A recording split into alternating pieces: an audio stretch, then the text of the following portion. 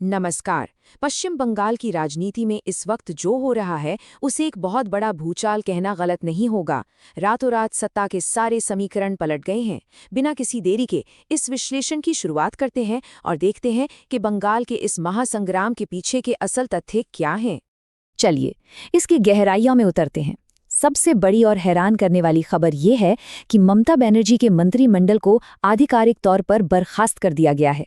और बात सिर्फ यही खत्म नहीं होती, राज्य की विधानसभा को भी पूरी तरह से भंग कर दिया गया है। सच कहूं तो ये कोई रोजमर्रा की राजनीतिक घटना नहीं है। ये एक ऐसा अप्रत्याशित कदम है जिसने बंगाल की पूरी राजनीतिक तस्वीर को एक झटके में बदल दिया है। लेकिन सवाल ये है कि आखिर इतनी बड़ी कार्रवाई की नौबत क्यों आई? इस पूरे राजनीतिक संकट की जो मुख्य वजह बनी वो था ममता बनर्जी का इस्तीफा देने से साफ इनकार कर देना। गतिरोध की असली शुरुआत यहीं से होती है।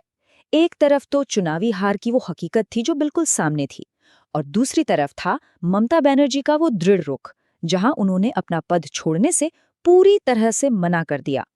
चुनाव के नतीजों के बावजूद सत्ता में बने रहने का ये जो उनका फैसला था ना, बिल्कुल वही इस पूरे राजनीतिक गतिरोध का केंद्र बिंदु बन गया। ये देखना काफी दिलचस्प है कि नतीजे आने के ठीक अगले दिन उनका क्या बयान सामने आया। उनके अपने शब्द थे, मुझे चुनाव हराया गया, मैं चुनाव हारी नहीं हूं, मैं इस्तीफा नहीं दूंगी।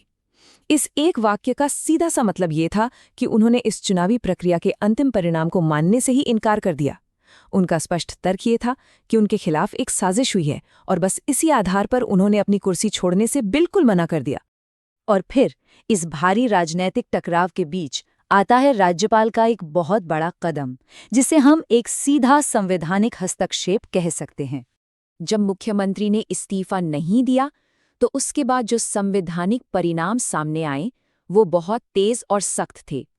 राज्यपाल RN रवि ने बिना कोई वक्त गंवाए सीधे ममता मंत्रिमंडल को बर्खास्त कर दिया और साथ ही राज्य विधानसभा को भी भंग कर दिया गया।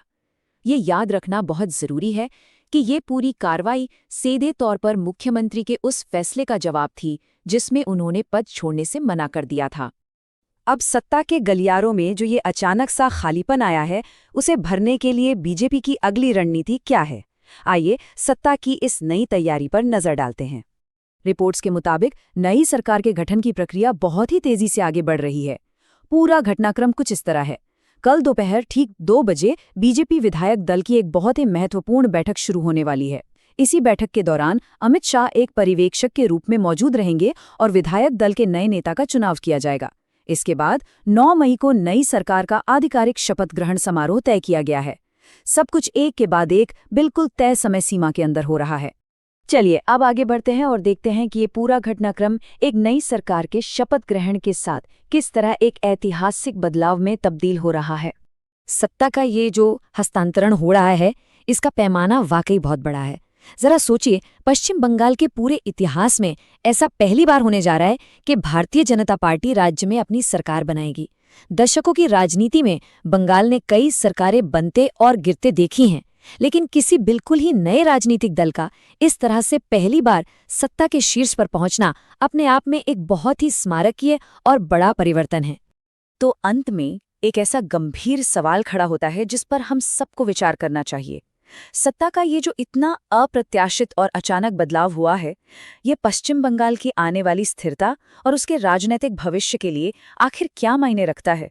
इतनी तेजी से हुए इन बड़े फैसलों का राज्य के आने वाले दशकों पर कैसा असर पड़ेगा? इन्हीं सवालों के साथ ये विश्लेषण यहीं